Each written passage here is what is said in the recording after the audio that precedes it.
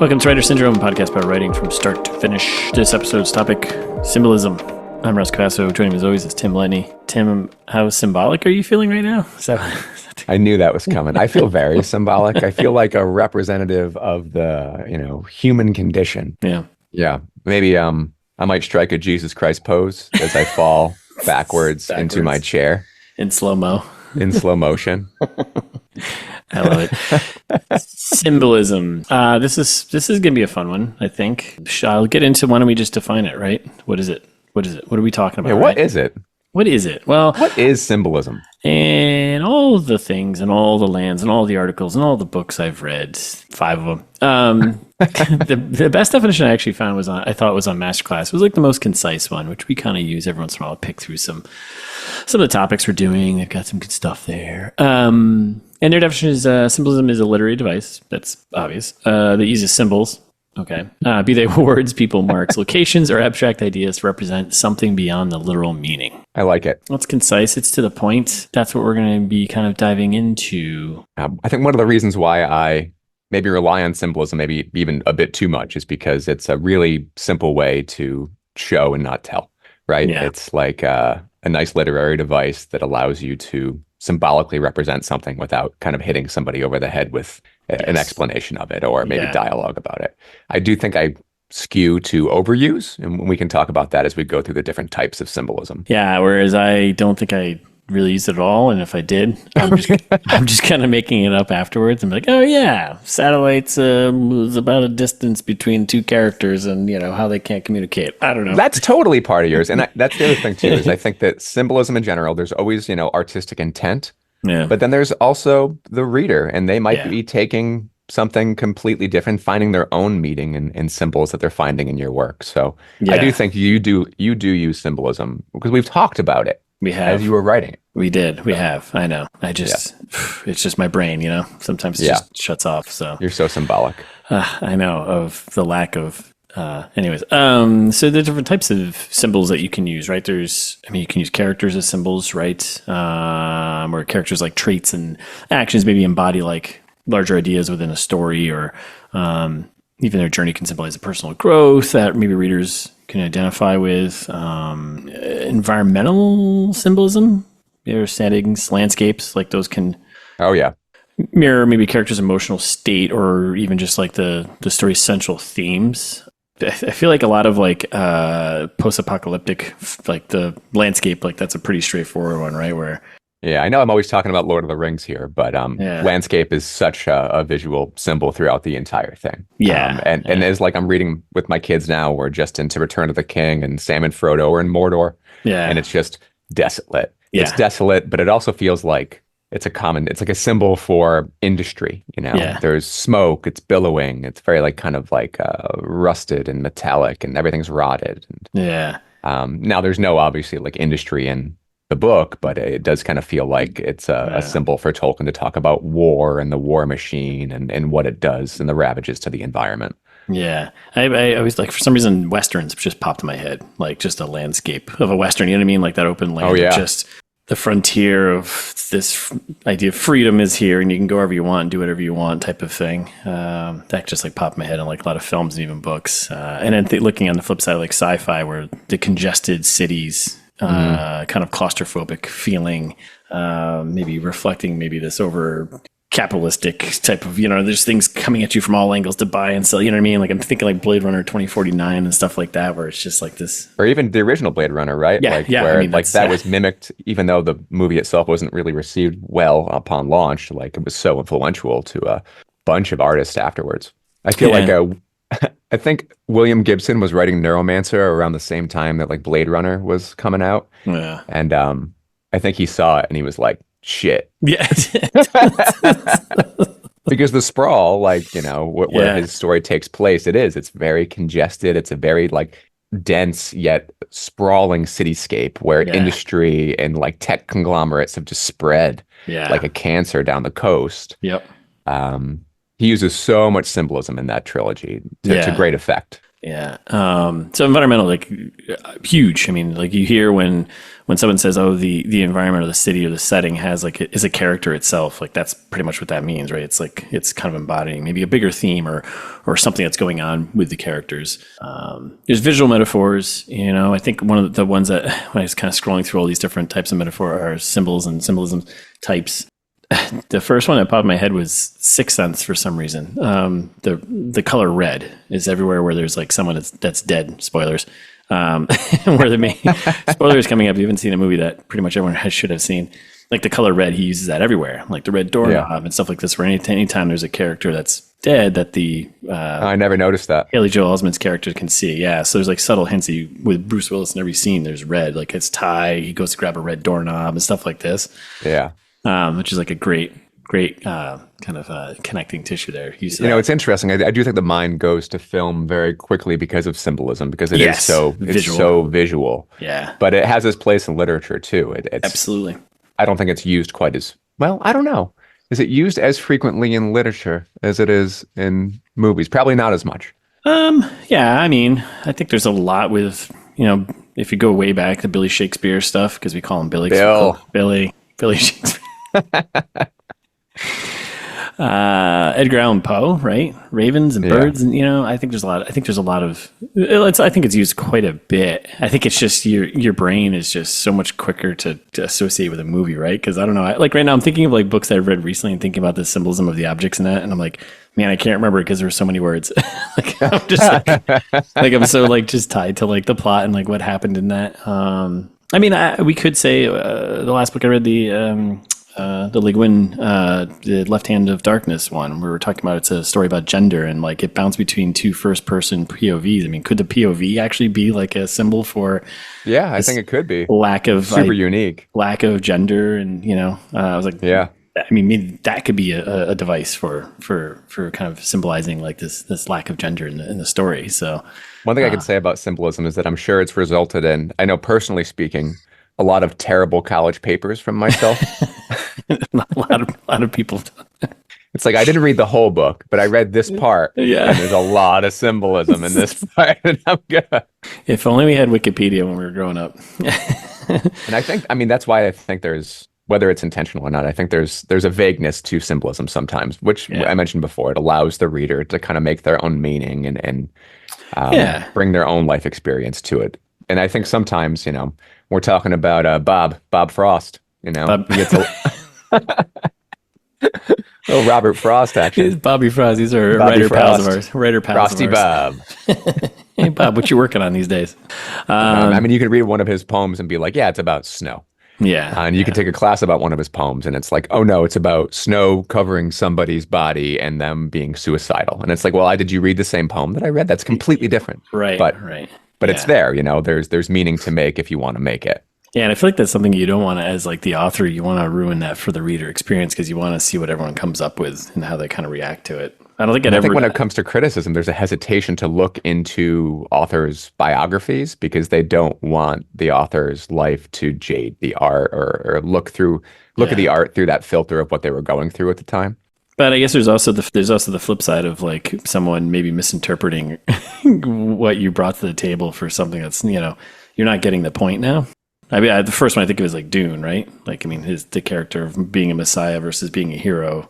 A lot of people misunderstood what maybe his character is supposed to symbolize. So like other uses, I guess, types of symbolism.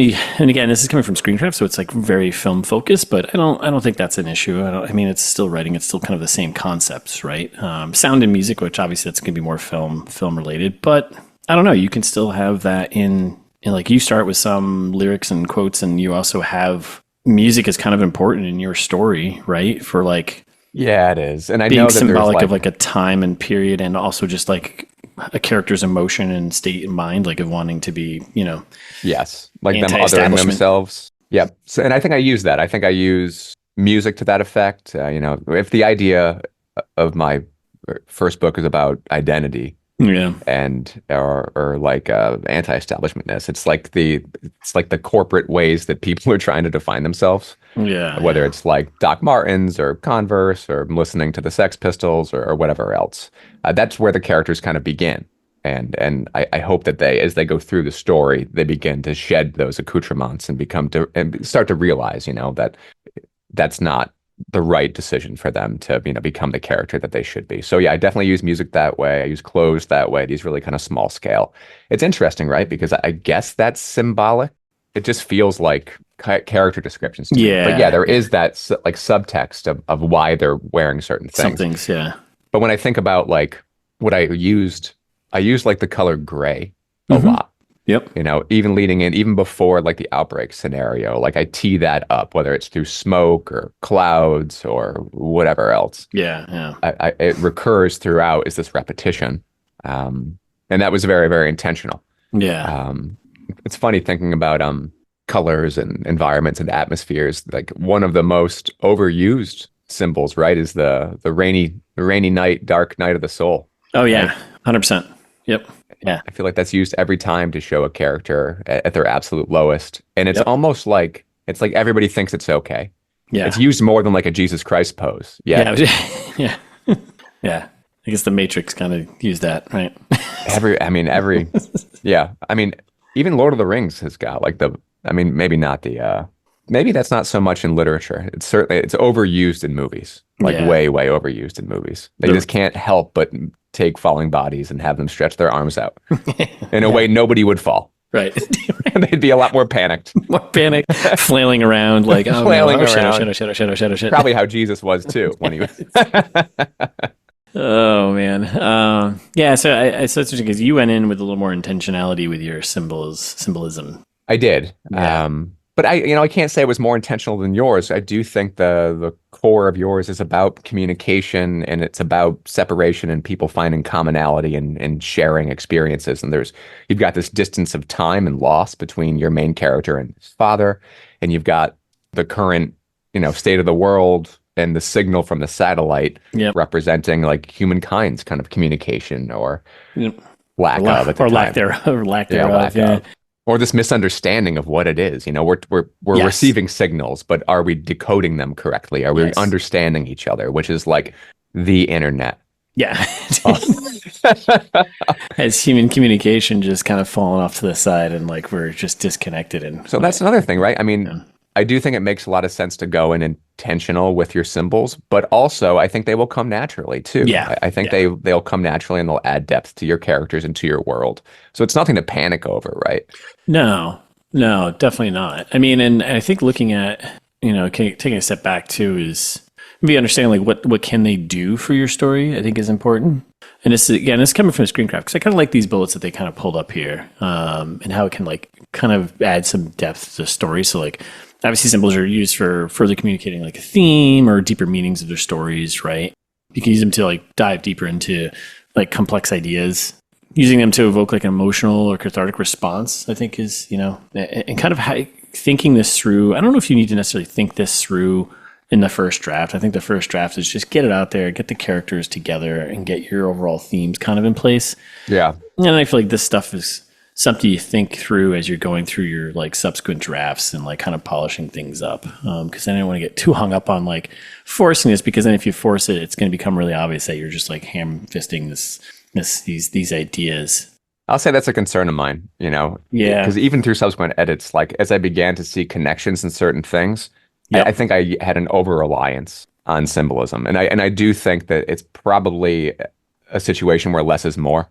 Yep. As opposed to more is more. More is probably too much.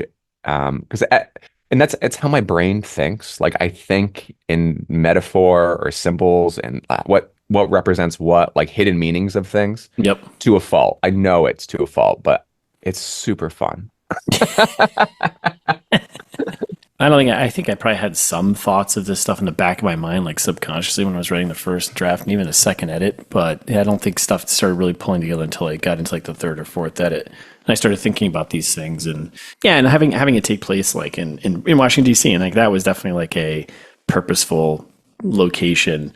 it also just like logistics wise made sense. But, being the center, the epicenter of democracy, but also being the place where you have these organizations that are, listening and doing what they want. I think it was kind of purposely done, but that didn't come until like the third or fourth draft. So I think this book, the second book, and I don't think I have any intentionality right now with symbolism or any themes yet. They haven't really come out yet. I'm still just working through plotting and characters.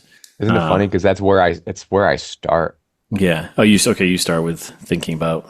And that's, I don't know if that's right or wrong, but like start with, allegory is maybe the wrong word, but I certainly start with like, what am I trying to say?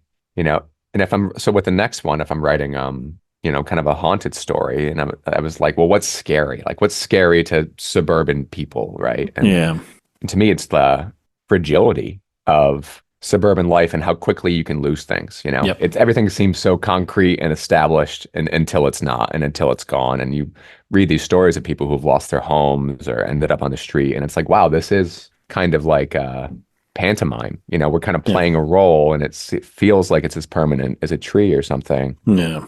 Stone, but it's really just we're kind of playing roles in a way. So I wanted that fear, the impermanence of it to really hit this family. And I wanted it to be like when they lose their house, through tragedy and also just bad decision making by the mains. I wanted it to be like the decaying or evolution of the American dream, like how like it's not sustainable. So I started there. Yeah, but those are like more your themes than like actual symbolism, right? I mean, but as that house is gone, well, like I think I have. You had the themes come first, but then you're using the house and what the objects and the loss of it, I guess. To like, right. You're right. So I'm using the house as a symbol of like that like loss. American suburban dreams, but as a loss. So you're right. I guess themes came first, and then everything you kind of lay on top of that could be kind of like you start finding these things that replace like what or enhance the themes that you're trying to convey. Because like right now I just like I have themes definitely attached to it, but I haven't thought through any.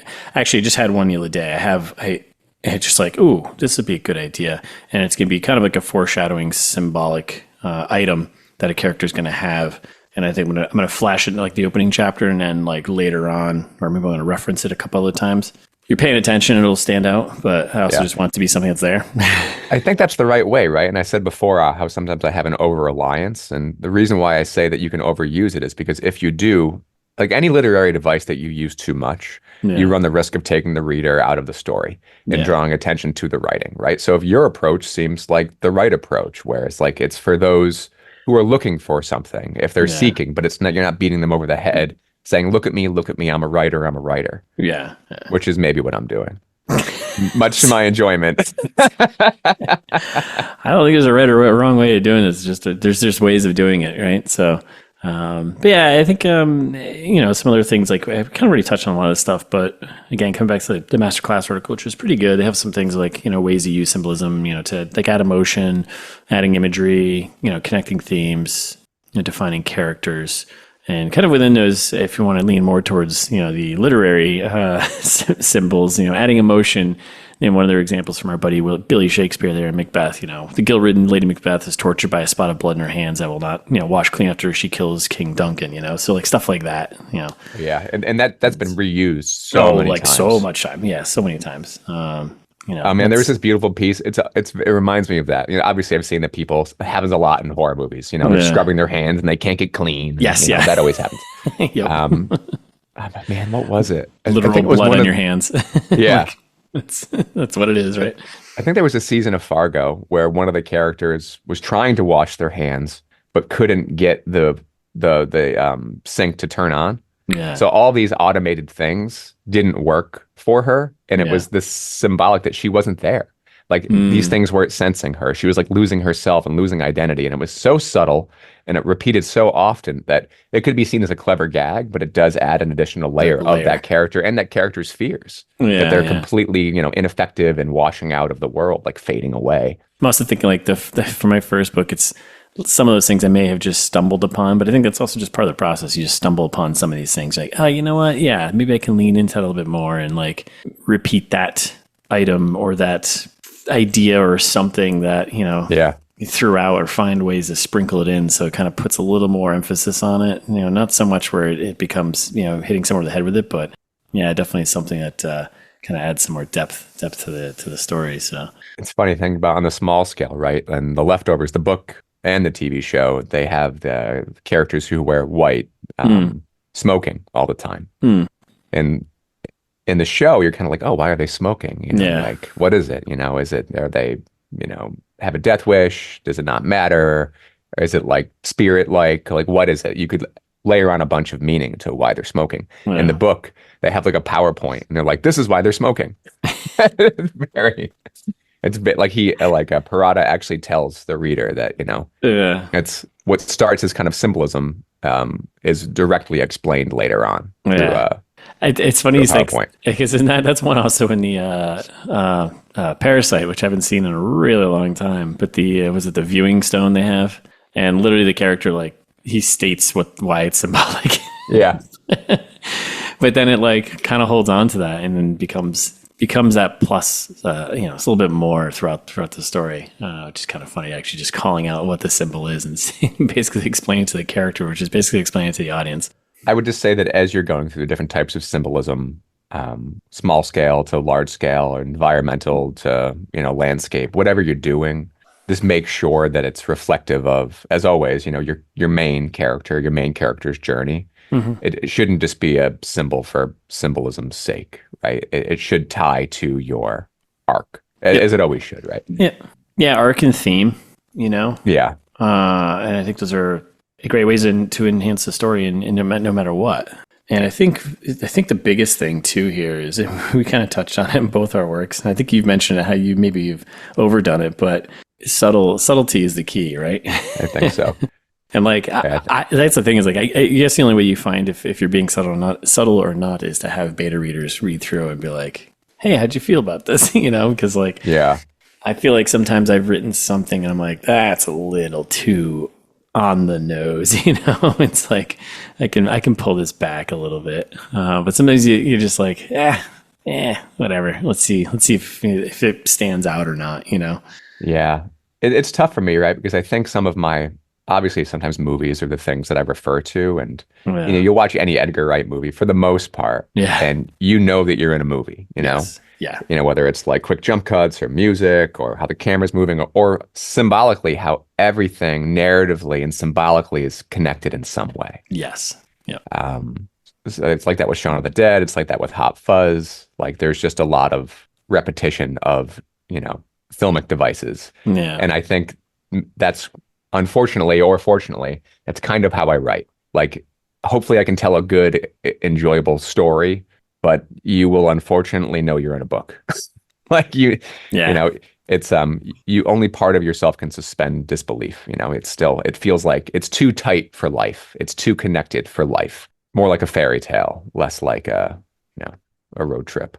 Going bigger picture now, like, what are some of the ways you can use, or how to use it and maybe implement it, is the right word, based on our own kind of experience with doing this, but not putting too much, don't get like preoccupied with it, with the first draft. I think, me personally, I think getting that first draft done, getting the plotting and, you know, an idea of some of the themes, which can even come later, but having strong characters and having them pacing through an engaging story or like a theme or a plot, I think is kind of should be the first focus. Maybe having some ideas of what you want to do with some symbolism and maybe objects or something that might play out pretty well. Like, I think it's okay, but maybe relying on it too much or thinking about it too much, you end up focusing on that too much, and then that's like all you have. Yeah, I think it just depends on the type of story you're trying to tell. Yeah, like if it's satire, I think sometimes satire relies heavily on symbolism. Like Ballard uses a ton of symbolism, you know, to critique society across most of his books. Yeah. Because it's a way to tap into the themes, you know, at a glance. Yeah. Without stating them, you know, without, you know, being very obvious about them. I think once again comes down to genre expectations, probably, you know. Yep. If you're writing like a Jack Reacher style book, maybe there's not too much symbolism there. No, I mean, I'm reading through one right now and I'm like, no, it's just plotting, right? You're just looking for how to clean a gun in for 2 pages, and then, you know, But that gun's not a metaphor for like his obsessiveness or the military industrial complex or something. Is that a symbol? I don't think so. I mean, maybe. But then objectively, I think it's maybe like a male power fantasy, and I'd say that like maybe it is critically, away from the intent of the writer, it's symbolic of that. You know, what's wrong with America? I guess you could put that layer on there. I think you're being very generous.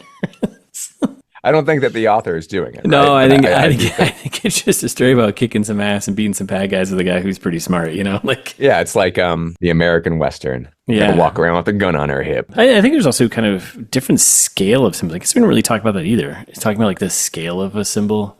Something could be small scale, character focused maybe, versus a larger scale, overall theme, larger idea type of symbolism. I think all of mine were probably bigger picture, bigger themed, bigger ideas, concepts. I don't think I had a lot of small scale stuff that was, you know. I think you do a little bit. And once again, I think this is the writer-reader relationship.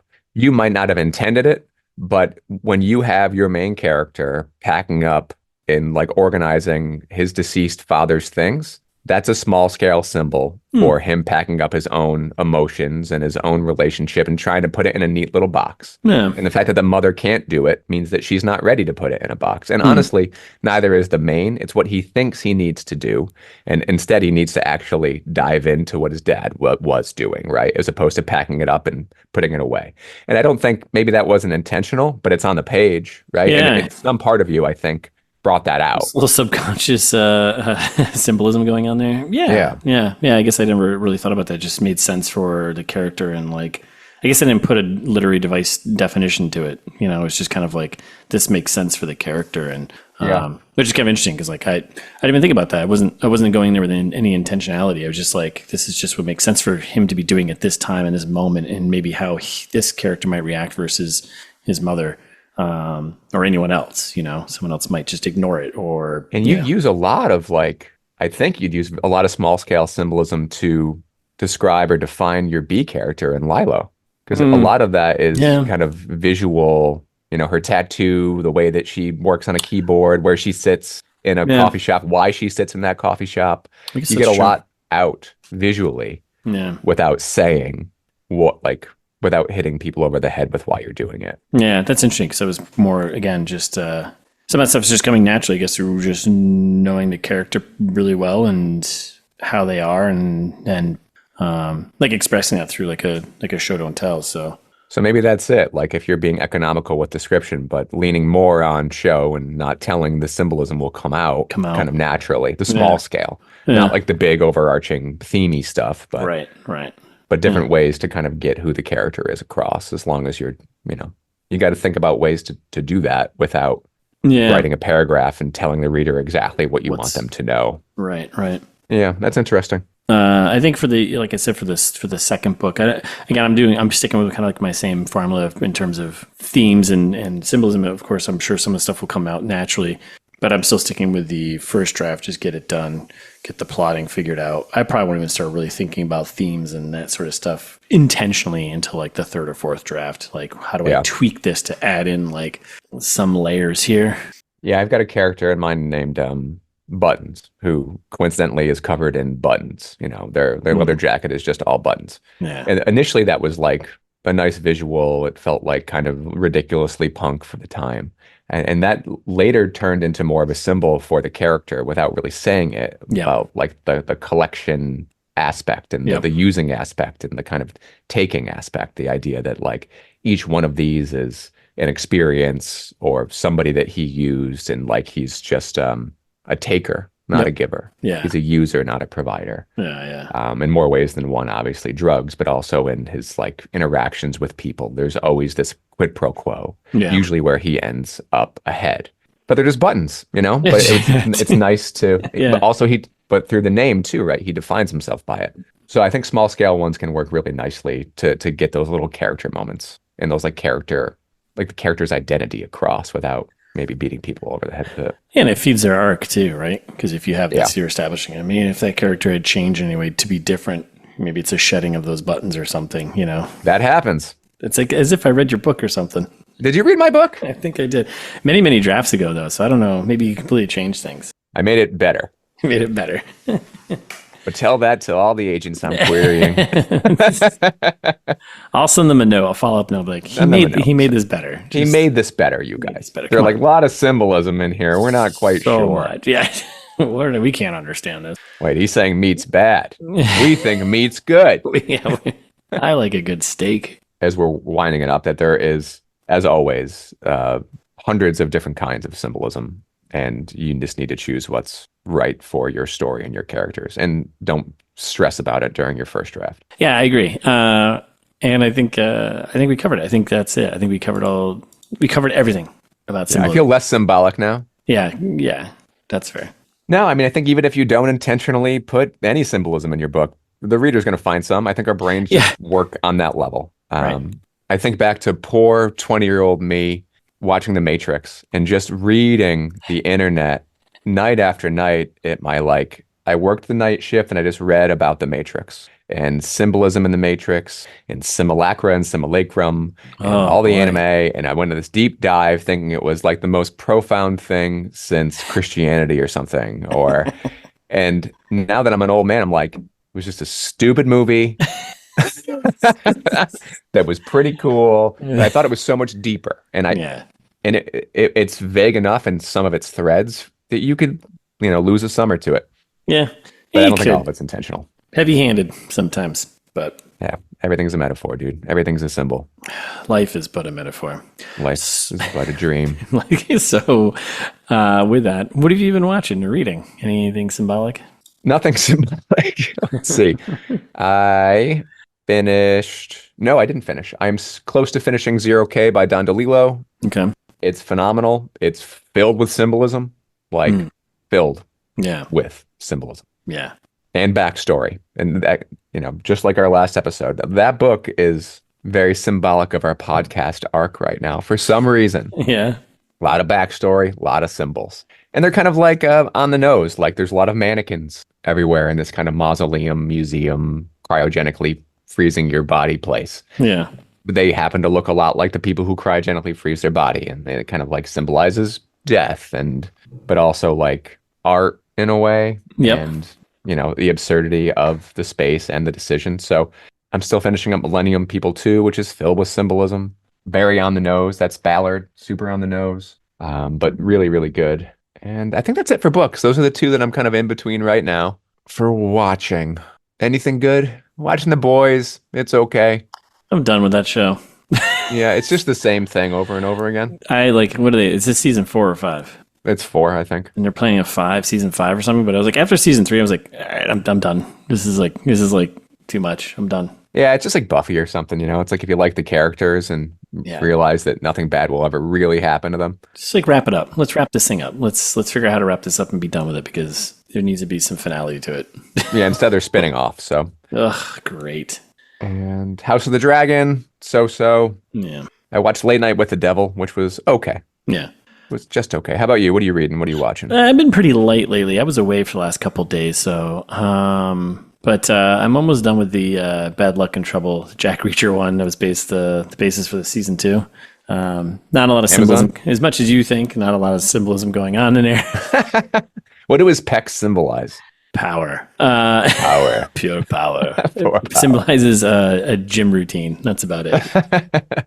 I think it symbolizes the inability for the male to gracefully get old. Here we go. And their reliance on human growth hormone and steroids to maintain their virility long past its due. I think it's just a book about kicking ass. That's about it. So yeah, I'm reading that. I'll probably finish that today or tomorrow. And then I don't know what I got lined up after that. But watching wise, I have not been watching anything. I think the last time. Nothing? I've been watching bad movies for the other podcast. I started the first 2 episodes of The Acolyte, which I enjoyed. I'll probably stick with that. I really haven't had time to sit down and watch a TV show or get invested in one or, movie. Yeah, here and there. I'm surprised you like The Acolyte. That was, I watched the first 2 episodes as well, and I'm super lukewarm on it. Yeah, I mean, I'm into it. I'm just curious to see where it's going to go. I mean, I like the idea that it's basically like a kung fu, movie, which is kind of fun. Yeah, I'm okay with that. I just don't like the twin storyline. Yeah. Yeah. We got twins in the Skywalker I was going to say, universe. haven't we already seen that storyline already? Yeah. But you can't totally go away from the Skywalkers. So I did watch a movie actually last night. Tons of symbolism in this movie. I watched the first Saw movie last night. Just for fun? Just for funsies. My partner there is going through all the Saw movies right now with a friend of hers. And she's up to like Saw 6 or 7 right now. And she's like, I love these movies. They're bad, but they're so good. And she's like, I want to rewatch all of them with you. I'm like, okay. So we're watching. Great. So we watched Saw 1 last night. And good date night. Yeah. Watch that. Nothing like Saw and some sushi. I was like, let's eat the sushi first. Let's eat the sushi first and then watch the movie. Yeah. So we watched that one and I was like, man, this movie came out in 2004. And I was like, wow, this movie is bad, but good, but bad. Like the acting is so bad. It was like so bad. I was like, holy smokes. I think I saw this movie once back in like 2004, 2005, and that was it. And then I watched it feels very like college filmy. Yeah, and then I watched Saw 3 recently for the other podcast, and I was like, man, these movies are bad. And then watching this one, I was like, wow, they're the same movie. They do the same structure, same. I'll tell you. So, Scooby-Doo wrap up at the end. But I haven't watched it in many, many moons. But I recall Saw 2 being quote unquote good for a Saw movie. I liked it more than 1 and I liked it more than 3. And I think it's because the script came from somewhere else. It wasn't a Saw. Yeah, that's what I've heard. Saw 2's got good old Donnie Wahlberg in it too. So he wasn't in part 1? No, he was in 2 and 3. Man. Yeah. He was probably launching Wahlburgers at that point. And I was like looking at this cast too. It's like there's like Danny Glover's in the first one. I forgot about that one. Carrie Ewell's, obviously he was in the room there. Dina Meyer, who ends up in like the next 3 or 4 of them or whatever. But I was just like, this is so funny. It's like Danny Glover was waiting for him. He's like, I'm too old for this shit. Like I'm waiting for him to like, bust that out. I'm like, it's not good. But yeah, so that was the last movie I saw. So no pun intended there.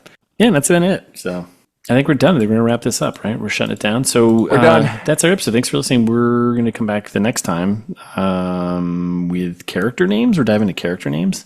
Love it. I do too, because I'm in a spot right now where I have a bunch of character names and I don't like them. Oh, yeah. What do I do? And I've already written 30,000 words. Oh, no. I think my character names might be too symbolic. Oh, no. Oh, no. Was it like Jesus and like... yeah, so character names, we'll dive into that in the next episode. That should be a fun one. And so I think that's it. So thanks for listening. If you enjoyed the episode, pass along to someone who might as well enjoy it. They might as well enjoy it, right? Words. We're good with words here. You follow us on Instagram, Writer Syndrome Books. And you can reach out to us if you're an author or anyone who wants to talk about writing. And listen to all of our episodes at writersyndrome.com.